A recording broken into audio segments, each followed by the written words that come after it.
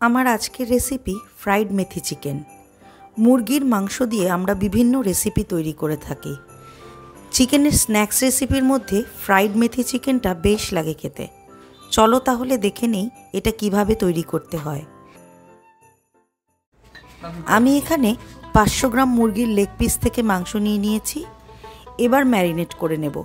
একটা পাতিলেবুর রস, 1.5 টিস্পুন নুন, 2 টিস্পুন আদা রসুন বাটা, 3 টিস্পুন পেঁয়াজ বাটা, 4 টিস্পুন টক দই, 1 টেবিল স্পুন লাল লঙ্কার গুঁড়ো, 1 টেবিল স্পুন কসুরি মেথি হাতে গুঁড়ো করে নিয়ে ভালো করে মেখে নেব। 1.5 ঘন্টা ঢাকা দিয়ে ফ্রিজে রেখে দেব। এবার একটা বাটিতে 2টো ডিম ভেঙে নেব।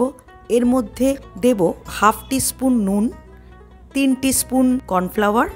এবার একটা কাঁটা চামচের সাহায্যে ডিমটাকে ভালো করে ফেটিয়ে নেব, যাতে কর্নফ্লাওয়ারটা ডিমের সাথে ভালো করে মিশে যায়।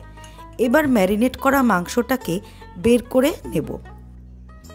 মাংসের একটা করে পিস নেব, তারপর ডিম আর কর্নফ্লাওয়ারের মিশ্রণে ডুবিয়ে ব্রেড ক্রামে কোট করে নেব।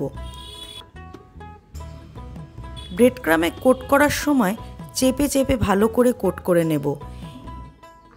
এই একইভাবে সবগুলো মাংস ভাজার জন্য আমি তৈরি করে নেব।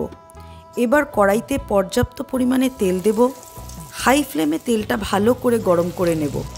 তারপর গ্যাসের ফ্লেম মিডিয়ামে করে একে একে মাংসগুলোকে দিয়ে দেব। ভালো করে এপিট ওপিট ভেজে নেব। আমি একসাথে 4 পিস করে মাংস দিয়েছি। প্রতিটা ব্যাচ 8 মিনিট ধরে ভাজতে হবে। এই একইভাবে আমি সব মাংসগুলোকে ভেজে নেব। ভাজা হয়ে গেছে, একটা টিস্যু পেপারে তুলে নেব। এতে এক্সেস অয়েলটা পেপার টেনে নেবে। সব মাংস আমাদের ভাজা হয়ে গেছে। তৈরি হয়ে গেছে ফ্রাইড মেথি চিকেন।